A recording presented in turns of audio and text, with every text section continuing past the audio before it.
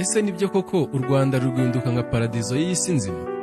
Abantu batungurwa na byinshi biza bikaba nk'udushya tudasanzwe. Abandi nabo bagaca umugani mu Kinyarwanda ngo uwapfuye yarihuse.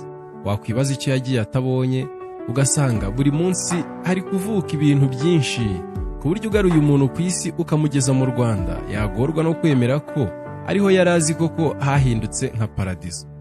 Ese ni gute Kigali n'u Rwanda muri rusange hahindutse nka paradizo itungura buri wese?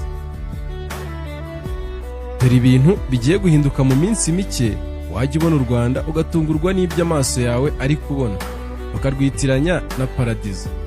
Yewe ukarwitiranya nka ya paradizo imwe yirirwa ivugwa mu bitabo by'abahamya ba Yehova. Ubu mu Rwanda ni ahantu heza hari gukurura isi yose. Gusa uzaza mu minsi iri imbere we azatungurwa no kwisanga ari kogoga ibirere, arya umunyenga mu byicungo bya Kigali Skywheel, yitegereza imiturirwa myiza igezweho, atembera muri za drones zitwara abagenzi, muri za cable cars, utumodoka dutwara abagenzi tugendera ku migozi yo mu kirere, ingendo zo muri gari ya moshi kuva Kenya, Uganda, Kampala paka i Kigali. Abaherwe bururukira ku kibuga cy'indege gitangaje kiri kuzura mu Bugesera.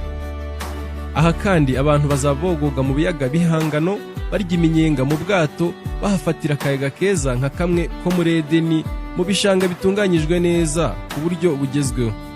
Aha kandi ntitwakwibagirwa kukwereka ubwiza bwa gare ya Nyabugogo buzaba buhambaye, uburyo uzajya uhava wajya mu majyepfo ukanyura ku kiraro cya Nyabarongo kizaba cyubatswe mu buryo butangaje.